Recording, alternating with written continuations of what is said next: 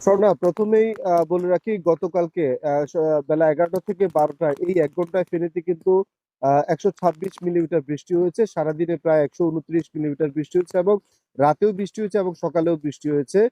তীব্র তাপদাহের পর এই বৃষ্টিটা কিছুটা সাধারণ মানুষের কাছে স্বস্তিদায়ক মনে হলেও ফেনীর ফুলগাজী, পরশুরাম এবং ছাগলনাইয়া সীমান্তবর্তী যে ৩ টি উপজেলা রয়েছে এবং বন্যাপ্রবণ জলাবদ্ধতা প্রবণ যে ৩ টি উপজেলা রয়েছে, সেখানকার যারা ধান চাষী রয়েছে তাদের মধ্যে কিন্তু চিন্তার উদ্বেগ ঘটিয়েছে। আমরা ফুলগাজী, পরশুরাম এবং ছাগলনাইয়ার বিভিন্ন এলাকায় সকাল থেকেই দেখেছি বিভিন্ন স্থানে কিন্তু ধান তাদের মাঠ থেকে কিন্তু বাতাসের কারণে নুয়ে পড়েছে এবং কিছু, কিছু জায়গায় কিন্তু জলাবদ্ধতা তৈরি হয়েছে। আমরা এখন ফেনীর ফুলগাজীর মুন্সিরহাটের কুতুবপুরের একটি গ্রামে রয়েছি। আমরা আমাদের পেছনে যে মাঠটি রয়েছে সেখানেও আমরা দেখতে পাচ্ছি যে ধানের যে মাঠ সেখানে কিন্তু প্রায় হাঁটু পানি হয়ে গেছে।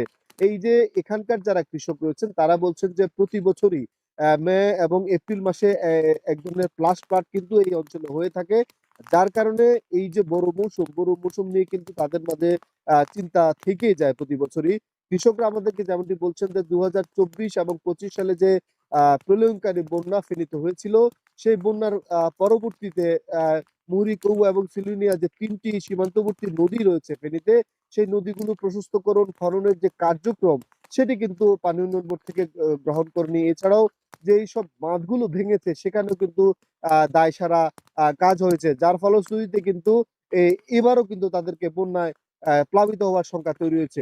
এই ছিল ফেনীর ফুলগাজী থেকে আমাদের কাছে আ এ এ বোরো ধান স কাটা নিয়ে শঙ্কা পরিস্থিতির সর্বশেষ।